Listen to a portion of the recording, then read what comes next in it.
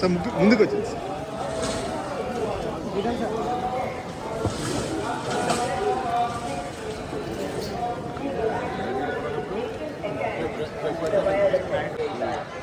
ತಿರುಮಲ ಕ್ಷೇತ್ರದಲ್ಲಿ ರಾಜಕೀಯ ಭಾಷಣ ಮಾಡುವುದು ಮತ್ತು ಆಕ್ಷೇಪಾರ್ಹ ರೀಲ್ಗಳನ್ನು ತಯಾರಿಸಿ ಸಾಮಾಜಿಕ మాధ్యమాల్లో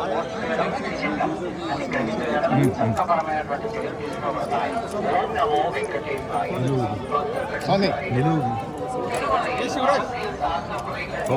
మామూలుగా ఇది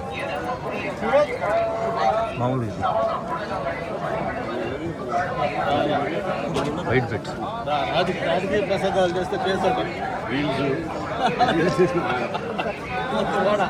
ఇంకా ఆయన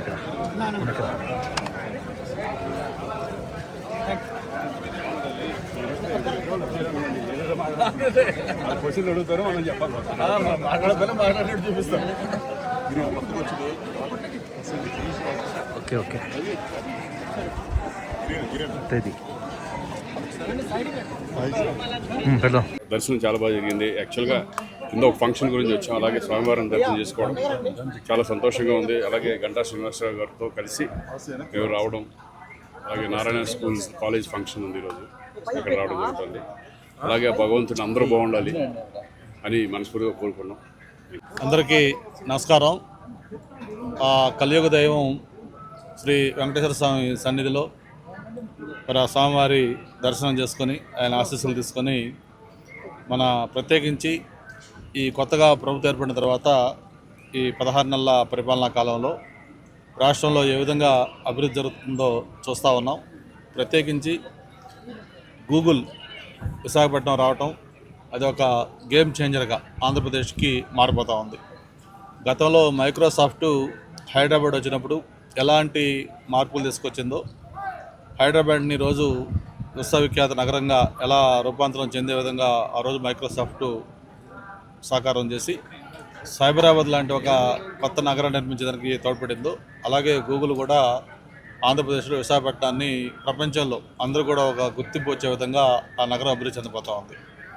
గూగుల్ రావడం తర్వాత రిలయన్స్ కానీ, మెటా కానీ, సిఫీ కానీ, లేకపోతే టీసీఎస్ కానీ, యాక్సెంచరు, కాగ్నిజెంటు, రహేజా, ఇట్లా ఈ నేమ్ ఎనీ కంపెనీ మొత్తం ఈరోజు ఆంధ్రప్రదేశ్ వైపు, దట్టు విశాఖ వైపు చూస్తూ ఉన్నాయి. మొన్న జరిగిన పార్ట్నర్షిప్ సమ్మిట్ కూడా దాదాపు 14 లక్షల కోట్ల రూపాయలు ఎంఓయూలు, దాంతోడు దాదాపు 50 లక్షల మందికి ఉపాధి కలిగించే విధంగా ఎంఓయూలు జరగడం, పెట్టుబడిదారులు కూడా పోటీలు పడి విశాఖపట్నం వైపు రావడం కూడా జరిగింది. మరి ఇదంతా కూడా ప్రధాన కారణం ఏంటంటే ఒక బ్రాండ్ ఇమేజీ, ఒక నిబద్ధత, ఒక లీడర్షిప్ ఉన్న నాయకత్వం రాష్ట్రంలో ఉండటం, ఒక స్పీడ్ ఆఫ్ డూయింగ్ బిజినెస్ వల్ల ఇవన్నీ కూడా సాధ్యమైంది. త్వరలోనే ఆంధ్రప్రదేశ్ బాగా రూపాంతరం చెంది కంప్లీట్గా డెవలప్డ్ స్టేట్గా కాబోతూ ఉంది. గతంలో పెట్టుబడులు అంటే మహారాష్ట్ర, లేకపోతే గుజరాత్, తమిళనాడు, కర్ణాటక, తెలంగాణ లాంటి రాష్ట్రాలు ఉంటే ఇప్పుడు వాటిలన్నింటి కూడా తలదన్ని ఆంధ్రప్రదేశ్లో పెట్టుబడులు వస్తూ ఉన్నాయి.